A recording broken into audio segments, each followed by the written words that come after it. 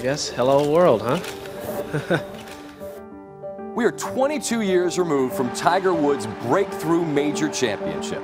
There it is, a win for the ages. And it's been 7 months since what I believe is his greatest victory on those very same grounds. The return to glory.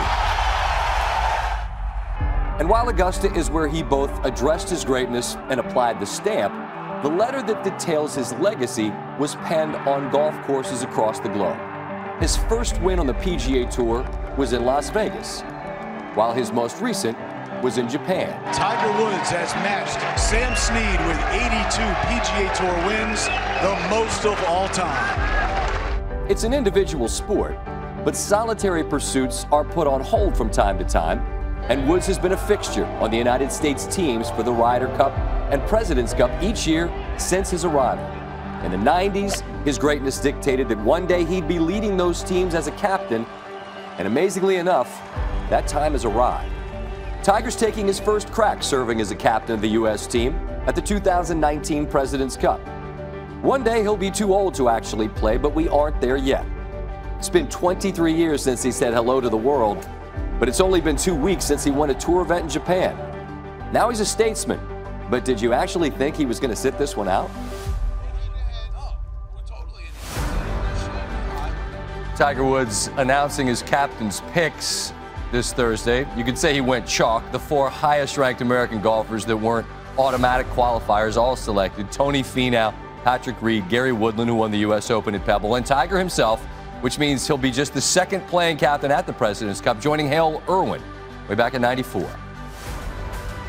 Pleasure to be joined once again on the show by Tiger Woods in a different role this time, the captain. You've been a vice captain. That's something you've done, whether it's Ryder Cup, Presidents Cups. But now it's your show, man. You got to make those hard phone calls to guys that aren't on the squad. You got to decide who does who and who goes out with who and who plays together. What was appealing to you about that, Tiger? I think just the whole process, getting to know the guys, trying to put together a 12-man squad. I want it to be open. And it has been. The guys have been fantastic and great about sharing their opinions and sharing their concerns, and us working through it as a team. And you're one of them, and you should be because of how you're playing. Gary Woodland, one of your picks today, made the point, because he played alongside you in Japan. He said, if you don't pick yourself, you're an idiot, because he described to me the way you played. He said, and Tiger, this sounded like when we were talking about old school 2000 video game come to life, Tiger Woods, the way he was describing what he saw out of you. Did you feel like you were playing at that kind of a level, like as well as you played in a long, long time?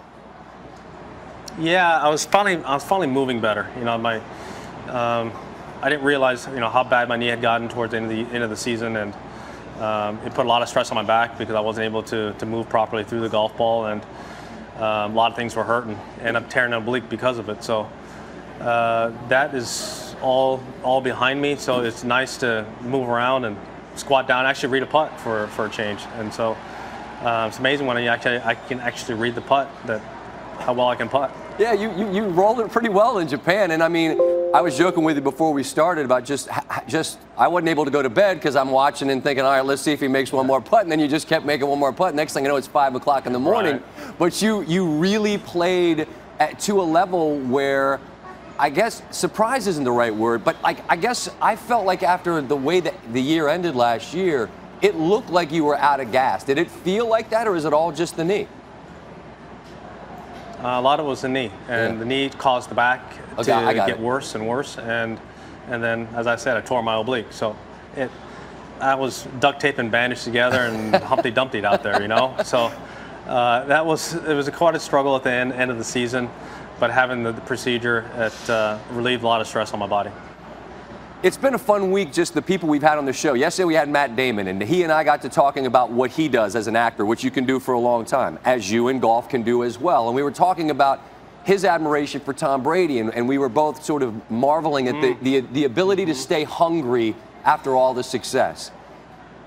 Do you still feel, Tiger, the same sort of hunger to win as you once did, and maybe was it reignited with what you did not just at the Masters but recently in Japan? No, winning hasn't changed. The burn, the desire to beat these guys, that's never waned. Right. It was my ability to be prepared to do it. unfortunately with Father Time, it's the ability to recover and get the body moving at a fast enough speed to be able to compete. You speak of Father Time. I couldn't help but smile, Tiger, to think back. I was actually there. It was 2000. It was Kapalua. It's you and Ernie Els, the guy that now you go up against at different stages of life. And I watched the shots that you hit coming down the stretch, and you bury a putt to beat him in a playoff. How much fun is it at this stage of life to be wearing these hats, and you'll wear two because you'll be playing, but go up against the guy that you've been friends with for so many years? Oh, I mean, it goes back to us competing in, what, 98 in Phuket, Thailand. And so we've done it a very long time. 2000 was fun at Kapalua, at least fun for me, going eagle, birdie, birdie to beat him. Yep.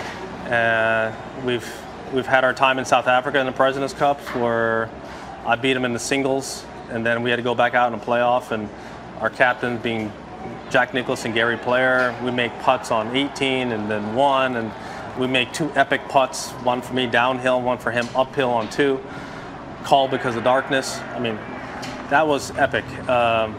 We celebrate. He and I just went off to the corner and celebrated for a little bit. Like, how stressful was that? That's a pretty intense feeling, and one that I cherished, and now we get to do it as captains again in Australia.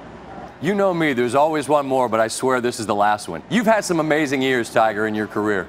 But this year, given Augusta, given Ty and Sam, given being a captain, what's the satisfaction of this year in your professional journey? As a whole, it was hard to foresee this year panning out the way it did. To win a major championship, Ty, Sam, and then have the honor to be able to lead these guys down to Australia and represent our country. It's been a hell of a year. We want, as a team, we want to cap it off with a W. There's nothing worse than finishing second in a 2-team event. So we need to go down there, do our jobs, and get our W. Well, you wrote a new book, but you keep adding chapters to it, man, and it's been fun to follow it along and travel safely down there. Good luck with that, and I'm sure the world will be watching to see what you do next, Tiger. Always good to visit, man. Be well, all right? Yeah, always. Thanks, SCP. When we continue, on a night when the Raiders get a big win against the Chargers, one big thing on a guy that was a Raider, sort of,